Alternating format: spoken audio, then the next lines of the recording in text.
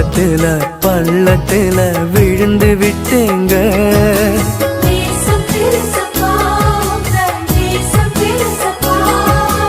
இருட்டுக்குள்ள தவிக்கையில தாவி வந்தீங்க.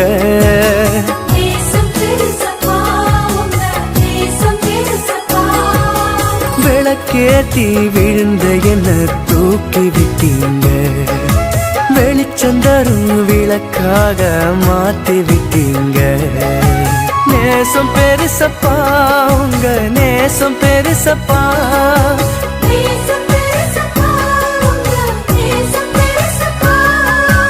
அப்பா உங்க நேசம் பெருசப்பா.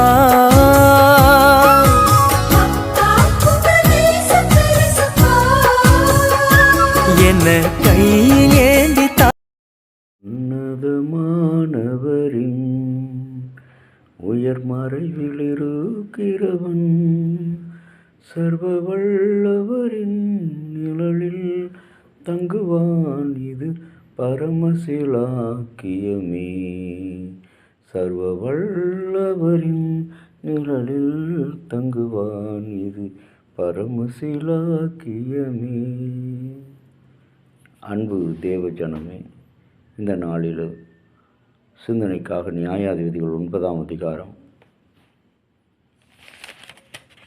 1, 2, 3 வசனங்கள்.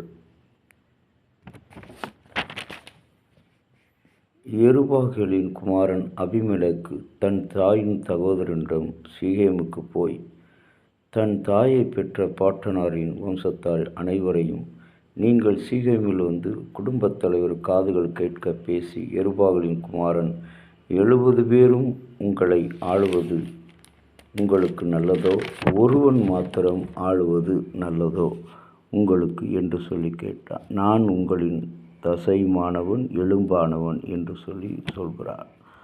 அன்பு இறை மக்களே, இஸ்ரவேல் மக்கள் கடவுளுடைய சித்தத்தை செய்யாதபடி அவருடைய சித்தத்துக்கு விரோதமாய் செயல்பட்ட காரணத்தினால் அவர்களுடைய அந்த நிலை மிக மிக மோசமாய் போகிறது. யெருபாகேலின் மகன் அபிமெலேக்கு இஸ்ரவேலை ஆளுவதற்கு தன்னை ஒப்புக் கொடுக்கிறான். ஆனால் கடவுளுடைய சித்தம் கர்த்தர் அவர்களுக்கு ராஜாவாக இருக்க வேண்டும். அவரை முதலாவது நம்ப வேண்டும், அதற்கு பிறகுதான் மனிதர்களை நம்ப வேண்டும் என்ற எண்ணம். இன்றைக்கு நம்முடைய வாழ்க்கையில் நாம் பயப்படுகிற நாளிலே உம்மை நம்புவேன். நம்முடைய எதிரியான சாத்தான் நமக்கு விரோதமாக அதிகமான பயத்தையும் ஆயுதத்தை பயன்படுத்துகிறார். பயம் என்ற ஆயுதம் நாம் தேவனோடு பிறரோடு கொண்டுள்ள தொடர்பை அதிகமாக அது பாதிக்கிறது. இயேசு கடலின் மேல் நடந்த சம்பவம் 3 நற்செய்தி எழுதப்பட்டிருந்தாலும் மத்தேயு சுவிசேஷத்தில் பேதுரு கடலின் மேல் நடந்தபோது அந்த சம்பவத்தை வாசிக்கிறோம். அன்புக்குரிய இறை மக்களே, கடவுளின் இரக்கமும் கிருபையும் நம்மோடு கூட என்றென்றும் தங்கியிருக்க வேண்டும் என்று சொன்னால் அவருடைய சித்தம் என்ன என்பதை நாம் மிக மிக கவனமாக மேற்கொள்ள வேண்டியவர்களாக இருக்கிறோம். கர்த்தருடைய சித்தம் என்ன?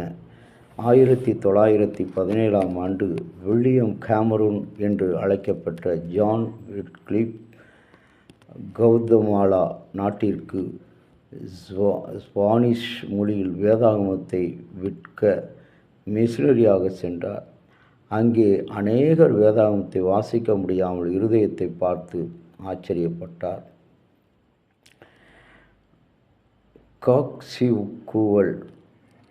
காக்சிகுவல் என்ற மொழியை பேசினார்.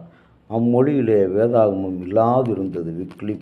விட்கிளிஃப் அங்கிருந்த அனைவருக்கும் வேதாகமத்தை புரிந்து கொள்ள வேண்டும் என்று விரும்பி அந்த மொழியில் பயிற்சி பெற்று பள்ளியை துவங்கி அநேகருக்கு வேதாகமத்தை மொழிபெயர்ப்பு கற்றுக் கொடுத்தார். 1942ஆம் ஆண்டு அதிகாரப்பூர்வமாக விட்கிளிஃப் பைபிள் டிரான்ஸ்லேட்டர் என்ற ஸ்தாபனத்தை நிறுவினார். 1951ஆம் ஆண்டு தன்னுடைய முதல் மொழிபெயர்ப்பில் அவர் துவங்கி 2000 ஆண்டில் 500வது மொழிபெயர்ப்பை வரை தொடர்ந்தார். 10 ஆண்டுகளில் விட்கிளிஃப் பல சாதனைகளை படைத்தார். இன்றைக்கு நம்முடைய வாழ்க்கையிலும் கூட சாதனைகள் அநேகம் செய்ய நாம் முயற்சிக்கிறோம். ஆனால் அந்த சாதனைக்கு துணையாக இருப்பது யார்? அந்த சாதனைகளை நிறைவேற்றுவதற்கு துணை யார் என்பதை, அவருடைய சித்தம் என்ன என்பதை உணராதவர்களாக நம் வாழ்க்கையிலே சவால்களை சந்திக்கும்போது கர்த்தருடைய வார்த்தையானது அவருடைய வல்லமையின் ஊற்றாக நமக்கு இருக்கிறது என்பதை நாம் மறந்து விடுகிறோம். இஸ்ரவேல் மக்கள் அவ்வாறு யார் நம்மை ஆள வேண்டும் என்ற எண்ணத்திலே தெளிவில்லாமல் இருந்தார்கள், புரிந்து கொள்ளுதல் இல்லாமல் இருந்தார்கள். யார் நம்மை ஆள வேண்டும்? இன்றைக்கு இஸ்ரவேல் மக்களை ஆள்வது என்பது கிதியோனை தேடினார்கள், அபிமெலேக்கை தேடினார்கள். யார் எந்த உறவுக்காரர்களாக இருந்தாலும் கர்த்தர் முதலாவது நம்மை ஆளுகிறவர். அவர் என்னுடைய ராஜா. அவருடைய சித்தம் எனக்கு என்ன வைத்திருக்கிறார் என்ற எண்ணத்தை நான் என்னுடைய ஊழிய பாதையிலே அதைத்தான், கடவுளே உம்முடைய சித்தம், சிறிய காரியங்கள், பெரிய காரியங்கள், பிரச்சனைகள் எதுவாக இருந்தாலும் கடவுளே இந்த செயல், இந்த காரியம் எப்படி வந்தது என்று சொல்லி அவருடைய பிரச்சனை, அந்த சித்தம் என்ன, அந்த பிரச்சனைக்கான உம்முடைய சித்தம் என்ன என்பதை நான் அதிகமாக ஆண்டவரிடத்தில் கேட்டுதான் நான் முடிவெடுப்பேன்.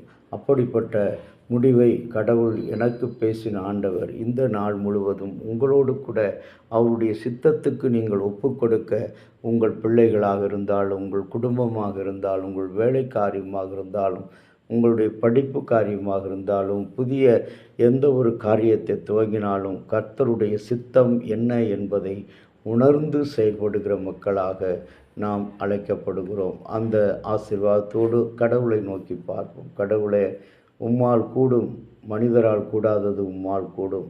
உம்முடைய சித்தம் இருந்தால் நாங்கள் பெரிய மதிலை தாண்டிடுவோம். உம்முடைய சித்தம் இருந்தால் எங்கள் வாழ்க்கையில் வெற்றிகளை, ஆண்டவரே, எங்களுடைய சோதனைகளை சாதனைகளாக மாற்றி எழும்ப முடியும். அப்படிப்பட்ட சித்தத்தோடு நாங்கள் இந்த நாட்களில் பயணிக்க எங்களுக்கு அருள்